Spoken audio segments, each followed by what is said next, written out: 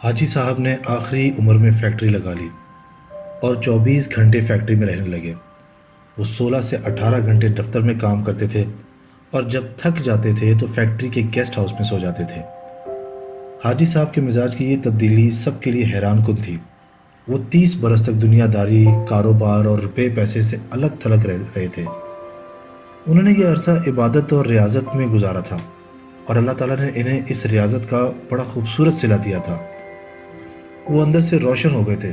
وہ صبح 8 بجے اپنی بیٹھک کھولتے تھے اور رات گئے تک ان کے گرد لوگوں کا مجمع رہتا تھا۔ لوگ اپنی اپنی حاجت لے کر ان کے پاس آتے تھے۔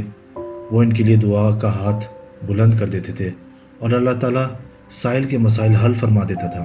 اللہ تعالیٰ نے ان کی دعاؤں کو قبولیت سے سرفراز کر رکھا تھا۔ لیکن پھر اچانک حاجی صاحب کی زندگی نے پلٹا کھایا۔ وہ ایک دن اپنی گدی سے اٹھے، بیٹھک بند کی، اپنے بیٹوں سے سرمایہ لیا، گارمنٹس کی ایک درمیانے درجے کی فیکٹری لگا لی۔ انہوں نے اس فیکٹری میں 500 خواتین رکھیں۔ خود اپنے ہاتھوں سے یورپی خواتین کے لیے کپڑوں کے نئے ڈیزائن بنائے۔ یہ ڈیزائن یورپ بھجوائے، باہر سے آرڈر آئے اور حاجی صاحب نے مال بنوانا شروع کر دیا۔ یوں ان کی فیکٹری چل نکلی اور حاجی صاحب دونوں ہاتھوں سے ڈالر سمیٹنے لگے۔ دنیا میں اس وقت گارمنٹس کی کم و بیش 3 کروڑ فیکٹریاں ہوں گی اور ان فیکٹریوں کے اتنے ہی مالکان ہوں گے، لیکن ان 2-3 کروڑ مالکان میں حاجی صاحب جیسا کوئی دوسرا کردار نہیں ہوگا۔ پوری دنیا میں لوگ بڑھاپے تک کاروبار کرتے ہیں اور بعد ازاں روپے پیسے اکاؤنٹ سے طائب ہو کر اللہ اللہ شروع کر دیتے ہیں، لیکن حاجی صاحب نے اس سے بالکل الٹ میں انہوں نے 35 سال کی عمر میں کاروبار چھوڑا، اللہ سے لو لگائی، لیکن جب وہ اللہ کے قریب ہو گئے تو انہوں نے اچانک اپنی آباد خانقاہ چھوڑی اور مکروہات کے گڑھے میں چھلانگ لگا دی۔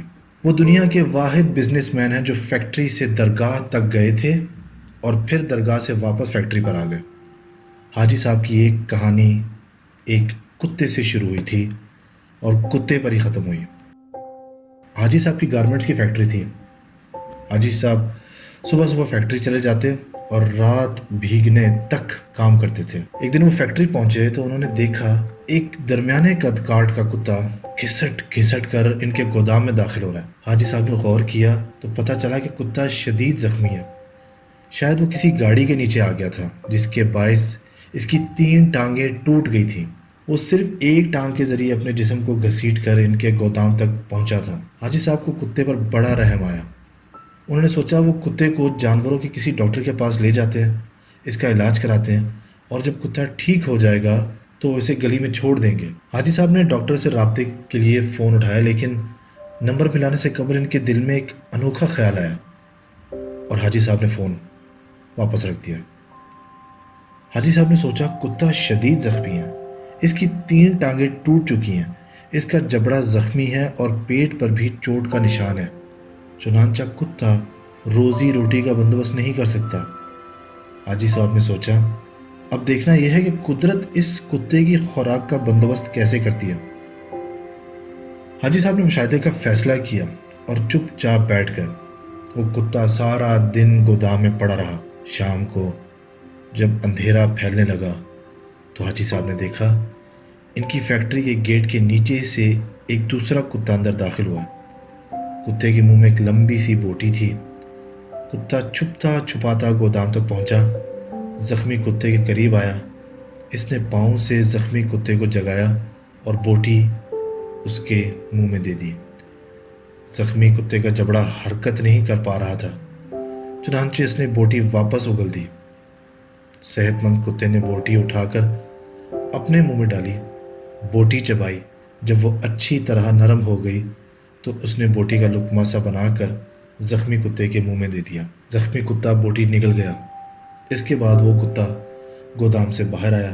اس نے پانی کے حوض میں اپنی دم گیلی کی، واپس گیا اور دم زخمی کتے کے منہ میں دے دی۔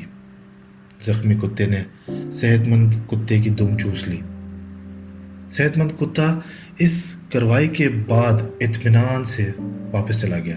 حاجی صاحب مسکرا پڑے۔ اس کے بعد یہ کھیل روزانہ ہونے لگا۔ روز کتا آتا اور زخمی کتے کو بوٹی کھلاتا، پانی پلاتا اور چلا جاتا۔ حاجی صاحب کئی دنوں تک یہ کھیل دیکھتے رہے۔ ایک دن حاجی صاحب نے اپنے آپ سے پوچھا، وہ قدرت جو اس زخمی کتے کو رزق فراہم کر رہی ہے، کیا وہ مجھے 2 وقت کی روٹی نہیں دے گی؟ سوال بہت دلچسپ تھا۔ حاجی صاحب رات تک اس سوال کا جواب تلاش کر رہے تھے، یہاں تک کہ وہ کل کی حقیقت بھانپ گئے۔ انہوں نے فیکٹری اپنے بھائی کے حوالے کی اور تارک الدنیا ہو گئے۔ وہ مہینے میں 30 دن روزے رکھتے، صبح صادق سے اگلی صبح کا ضب تک رکوع اور سجود کرتے۔ وہ برسوں اللہ کے دربار میں کھڑے رہے۔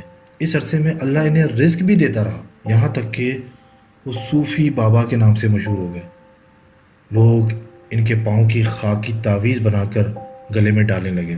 لیکن پھر ایک دوسرا واقعہ پیش آیا اور صوفی بابا دوبارہ حاجی صاحب ہو گئے۔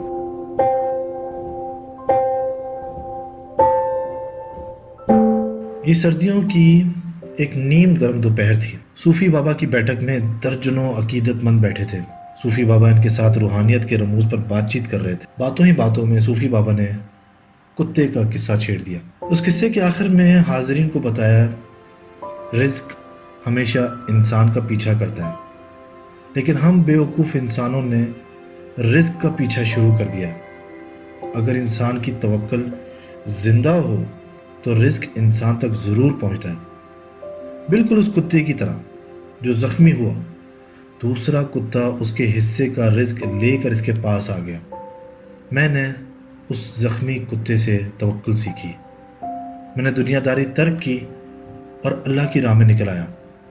آج اس راہ کا انعام ہے، میں آپ کے درمیان بیٹھا ہوں۔ ان 30 برسوں میں کوئی ایسا دن نہیں گزرا جب اللہ تعالیٰ نے کسی نہ کسی وسیلے سے مجھے رزق نہ دیا ہو، یا میں کسی رات کو بھوکا سویا ہوں۔ میں ہمیشہ زخمی کتے کو تھینک یو کہتا رہا، جس نے مجھے توکل کا سبق سکھایا۔ صوفی بابا کی محفل میں ایک نوجوان پروفیسر بھی بیٹھا تھا۔ پروفیسر نے جینز پہن رکھی تھی اور اس کے کان میں MP3 کا ایئر فون لگا تھا۔ نوجوان پروفیسر نے ایئر فون اتارا، کہا لگا کر بولا، صوفی بابا، ان دونوں کتوں میں افضل زخمی کتا نہیں تھا، بلکہ وہ کتا تھا جو روز شام کو زخمی کتے کی بوٹی چبا کر کھلاتا تھا اور اپنی گیلی دم سے اس کی پیاس بجھاتا تھا۔ کاش آپ نے زخمی کتے کے توکل کے بجائے صحت مند کتے کی خدمت، قربانی اور ایثار پر توجہ دی ہوتی، تو آج آپ کی فیکٹری پر 500 لوگوں کا چولہا جل رہا ہوتا۔ صوفی بابا کو پسینہ آ گیا۔ نوجوان پروفیسر بولا، صوفی بابا، اوپر والا ہاتھ نیچے والے ہاتھ سے افضل ہوتا ہے۔ وہ صحت مند کتا اوپر والا ہاتھ تھا، جبکہ زخمی کتا نیچے والا۔ افسوس آپ نے نیچے والے ہاتھ کو دیکھ لیا، لیکن آپ کو اوپر والا ہاتھ نظر نہیں آیا۔ میرا خیال ہے آپ کا یہ سارا تصوف اور سارا توکل خود غرضی پر مبنی ہے، کیونکہ ایک سخی بزنس مین 10,000 نکمے اور بے ہنر درویشوں سے بہتر ہوتا ہے۔ نوجوان اٹھا، اس نے سلام کیا اور بیٹھک سے نکل گیا۔ حاجی صاحب نے 2 نفل پڑھے، بیٹھک کو تالا لگایا، فیکٹری کھولی۔ اب وہ عبادت بھی کرتے ہیں اور کاروبار بھی۔